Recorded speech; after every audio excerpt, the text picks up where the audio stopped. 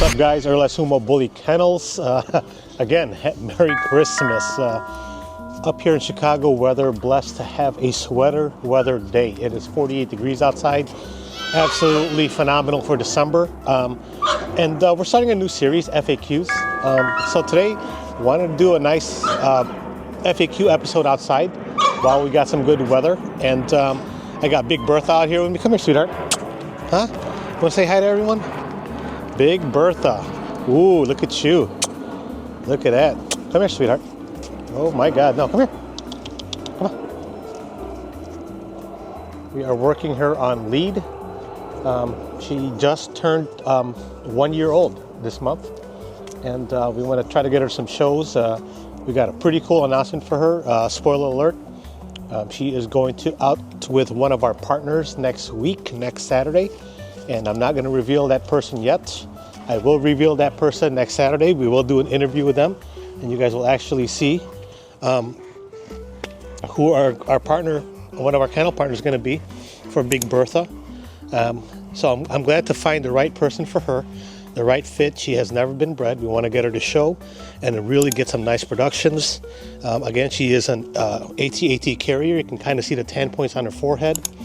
So I wanted to do some questions, answer some questions today that you guys message me a lot, that I message on the site a lot. So number one, getting good pictures. I get that question a lot. Really, it's really working with your dog, being patient, having a high value treat, right? Getting their attention, getting them to do what you want. And sometimes it doesn't go the way you want them to the first time. So right there, here we go. Right, we want her to look, always have that attention, right? She doesn't quite know what we want from her. So what we want to do is guide that. Right, here we go. Come here, sweetheart. Okay, so let her nibble right there. And this is the same as if we're showing her in the ring, right? Want her to stand there so we can check out her body. And people often say in the XL lane that their dog has a short back. Well, this girl really has a short back. So if you see her back, that is what I would call a short back in an XL lane. And look how thick this rib cage is. Absolutely a beautiful girl. Big Bertha.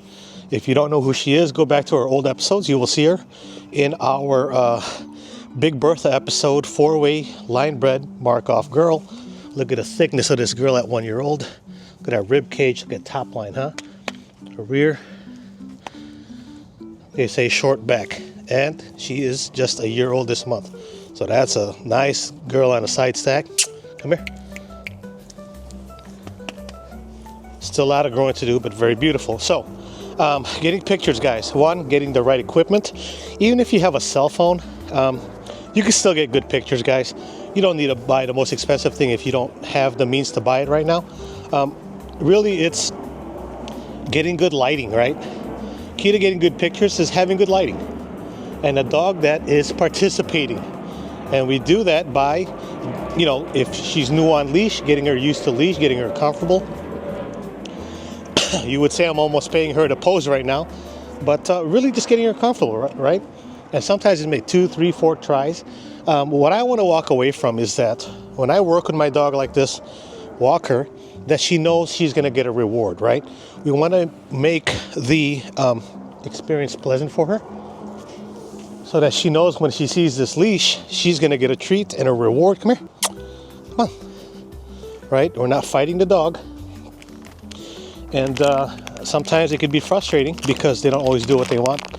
They don't always do what we want them to do. But it's about being patient, guys, right? Positive reinforcement. There you go. I want to show you the rear. I want to show you the side stack right there. Okay. Letting her know that she's going to get a reward if she works for me. So I need to be patient. I got to have a high value treat. And she needs to be patient as well, right? There you go. So that pose right there, I can get some really good pictures, especially if we had better sun outside, right? So there, I don't give her the whole treat. I just give her a little bit. Keep her attention going, right? So those are one of the questions you guys asked me, how to get good pictures. Lighting is number one. Equipment. You work with what you got, man. Fake it till you make it, right? If you got a cell phone, If you got a flip phone, whatever it is, you'll get some kind of picture. The key to a good picture is really showing the dog for what it is, so that people can really appreciate the dog, right? So whether you have the best equipment or basic equipment, you can still get a good picture.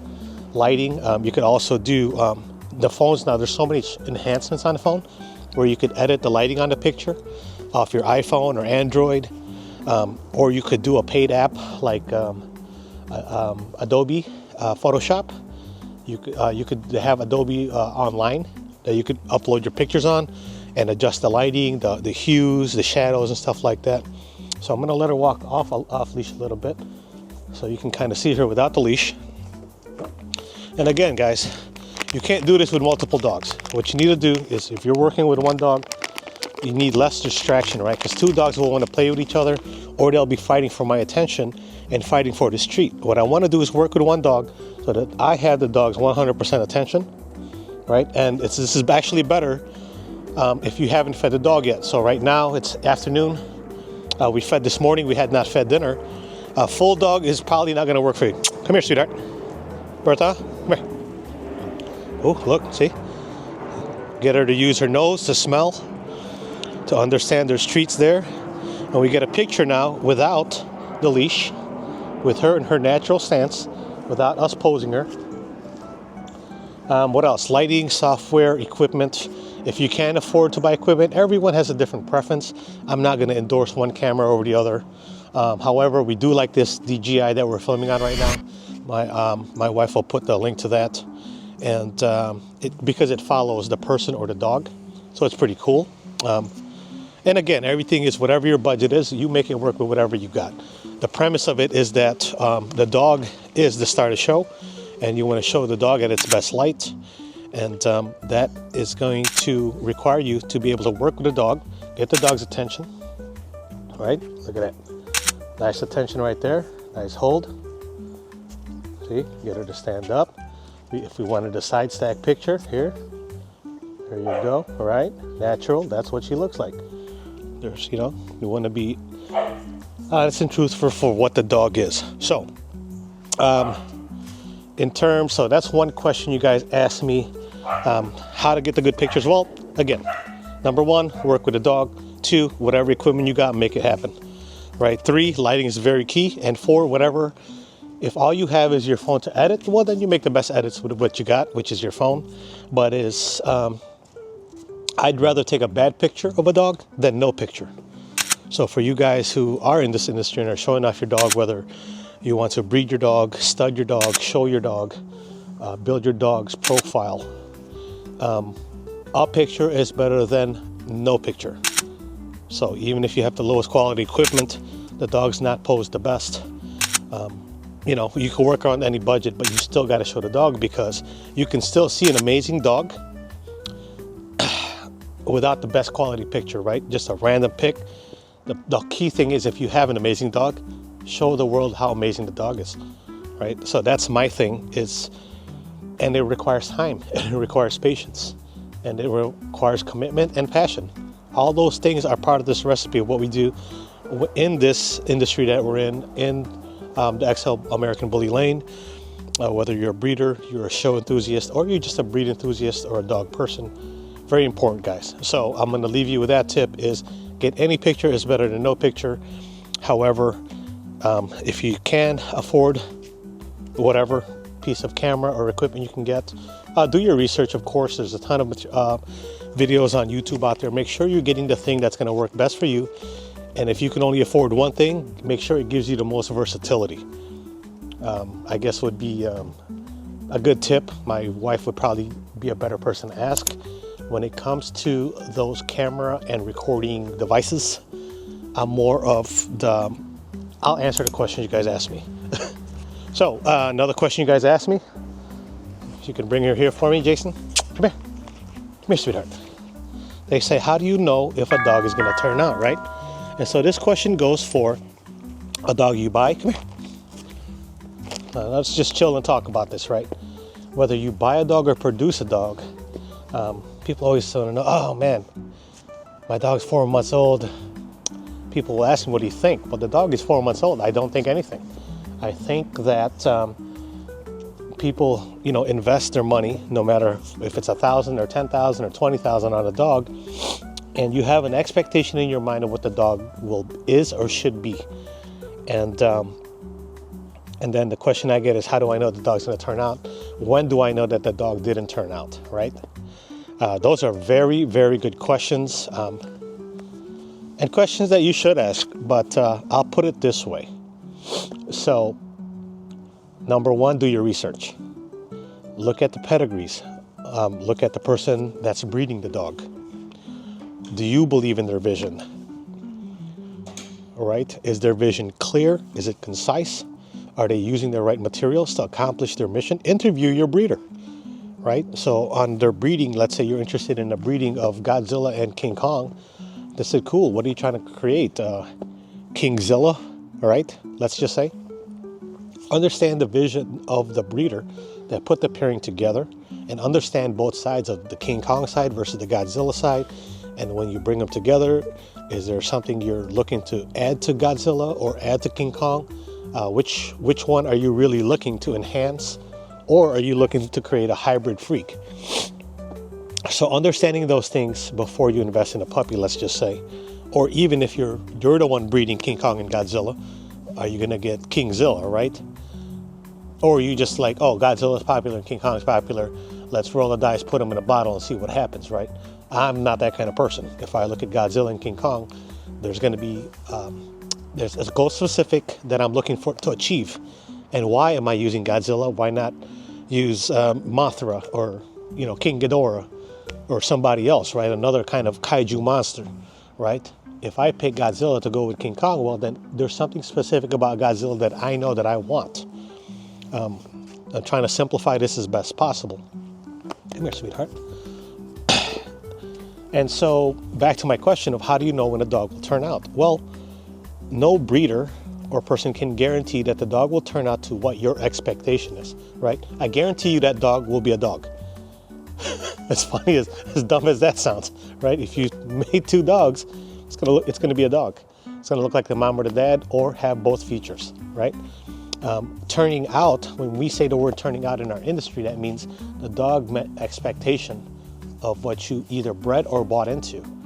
So the question of did the dog turn out is really a perspective of the person who got the dog, right? So it's hard to say, like, you know, so when someone asks me did the dog turn out, I say, well, what did you buy?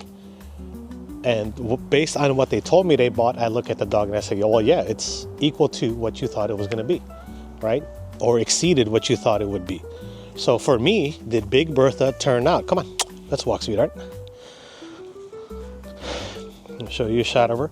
So did she turn out? I was looking for a bully female, right? I was looking for a thick rib cage, a short back, right? Looking for a breed quality female, show quality female that was a tri-carrier, right? I wish she would have been tri, but based on the breeding, this is what I would get. She has a COI of 27% on embark.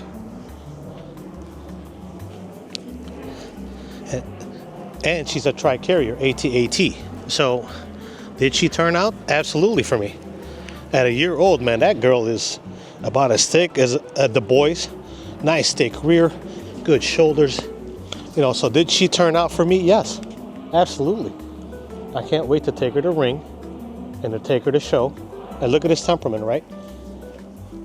Very nice temperament, very chill dog. She's a barker sometimes on the fence, but not dog aggressive. She can be in general population and play with puppies and play with adults. No issues. But the only thing she does and makes me mad is she likes to dig in the yard. But, you know, what are you going to do? She's a dog, right? So did this dog turn out for me? Absolutely it did. And wait till she hits 18 months and 2 years. She's going to pop 2-3 more times. And you'll see a full mature female at about 3 years old. So, to answer your question, how do you know? When do you know? Well, one thing you got to know is how to pick a puppy. What are you looking for? I noticed that a dog that displays the coloration of the mom will carry more characteristics of the mom. Can I back that scientifically? No. And vice versa. A dog that shows the color of the dad will show characteristics of the dad. Picking a puppy early and 8 weeks is the standard in our industry, right? I wish it was 10 or 12. However, typically it's 8 weeks, and you can see a lot at 8 weeks, but you're not guaranteed anything. Looking at the feet, looking at the dog, if you're judging a dog off a picture that somebody is stacking the dog and getting the perfect shot and walking away, probably not the best way to pick a dog. Number one, I want to see the dog in person if possible. If not possible, then I want to see videos. I want to see videos of that particular pup moving, walking. I want to see the personality of the dog, everything else. And I want to see the pup with its peers, with the other puppies. Is it the dominant pup? Is it a beta pup? Is it an alpha pup? Is it an omega pup?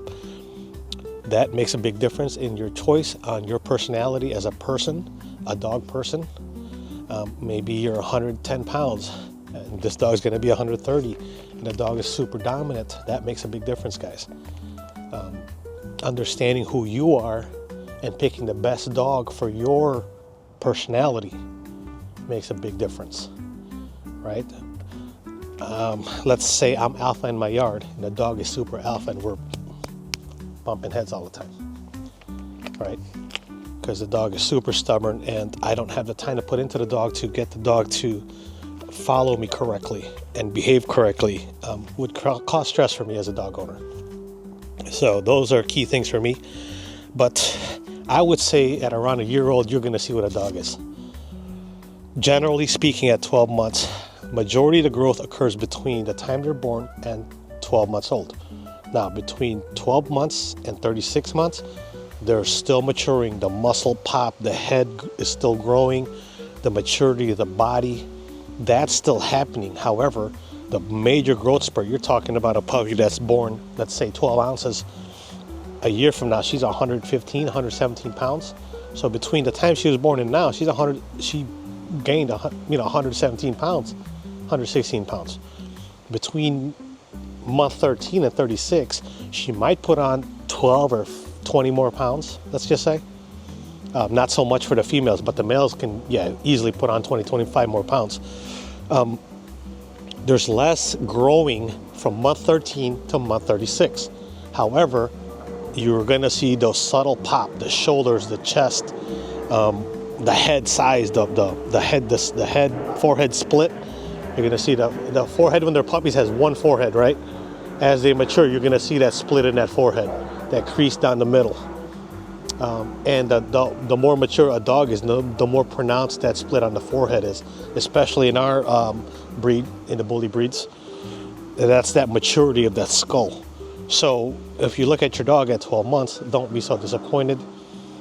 Some dogs fill in later. At 12 months, you might feel your dog is a little lanky. However, that might not be the case. But this is why I always say a big part of it is 50% of it is what you bought into. The pedigrees, the genotypes, the phenotype of the parents. The other half is how you care for the dog, nutrition, right? Are you giving your dog the best chance to hit its genetic potential? Yes or no, right? And that comes down to how you feed, the supplementation you give, the exercise regimen or lack of, or over-exercise. Protecting our dog. It's a big breed. Got to protect these puppies' joints. So there's 50% and the other 50% of that equation. All to summarize, did my dog turn out? Again, it starts with what you wanted, what you bought into. Is your vision aligned with what the parents of that dog is, what the mindset of that breeder is, and at least the first 2-3 generations behind each dog, the mom and dad. After that, it's how did you care for the dog, right? Did you exercise the dog? The resources and time you put into the dog is also a big part of how the dog turns out, right? At a young age, you don't work them too hard. You throw the ball, on a nice soft surface, walk them as much as you can, let them exercise and play, but certainly don't put them on the couch and feed them Doritos. For the scale, for some people like, oh my God, my pup's only 4 months and it's already 575 pounds. Well, that's nice for you, great. Because by a year and a half, that dog's gonna have arthritis and probably diabetes, high blood pressure. So people get so hung up on how much their dog weighs. Oh, he's got so much growing to do. He's 1,200 pounds already, right, at 3 months. Okay, that doesn't mean anything to me. If weight were the thing, well, then every competition, it would be based on weight. That means a champion or a grand champion in show would be the heaviest dog you could possibly find. And we all know that that is false. It is the proportion, the body composition of the dog that determines if the dog exhibits the breed type, best in class, champion, grand champion, so forth and so on. If you have another question, drop it in the comments. I'd be more than glad to. It's easier for me to answer these questions, and that way everyone in our group, right, guys who watch me, we all get the same answer versus you guys hit me and I'm texting you guys the same answers anyway. So that's why I created the series, the FAQ series, where I'm just gonna take 1 to 3 questions per episode, really break it down so you guys have an understanding. Number one, invest the time to take your pictures. Right? The worst picture you can take is the one you never took. Number two, when your dog would turn out, well, look at what you bought. Is it right for you? And give your dog patience. Be patient. By year 1, you're gonna know if it's turning out or not. And keep in mind, on the back end of that is the maturity of the dog. Up to year 2, year 3, you're really gonna see what it is. So exercise some patience, but certainly don't try to backload the dog. And what do I mean by that? Here it is, the dog's 2 years old. You're not happy with the way the dog looks. Whatever, you spent 10 grand and you're not happy with the way the dog looks. Now you're gonna feed it everything possible. You're gonna give it 15 pellets of Bully Max and Godzilla Max and King Kong Max, and you're gonna stuff this dog with all this stuff, hoping this dog becomes a monster in the last month of 2 years because you're not happy with it. You should have been giving that from the beginning, is what I'm trying to say. Don't backlog the dog. You know what I mean? Put it heavy on the back end because now you're not happy. Now you're trying to fatten up the dog and make it look like something it's not, right? That's me trying to make a giraffe look like a rhinoceros. It just doesn't work. The dog's body is not meant for that. So keep that in mind, guys, because a lot of you guys ask me that, and I keep telling you the same thing. It starts from the time you get the dog till the dog hits a maturity age. That's when the dog turns out. Do your homework. It's only gonna look like the mom or the dad or somewhere in between. So with that said, let's say bye to our big baby right here. Big Bertha, did she turn out? And I have a surprise for you guys. We'll be revealing where she's going to. Huh, sweetheart? She's gonna go an hour away from us to one of our new partners, right? We had a partner in Florida, we got a partner in Missouri. Now we're gonna have a partner in Wisconsin. So next week we're going to do an episode of where she's going. 1 year old now, looking amazing, guys. Earl at Sumo Bully Kennels. It's almost New Year. We're going to have some great new exciting episodes for you guys that help you, help us in the community. Thank you so much for watching. For everyone that's rocked with us this year and a year prior, thank you so much. Love your support. For you new people, please like and subscribe. We are committed to providing you quality content. Earl at Sumo Bully Kennels, guys. I'll catch you on the next one.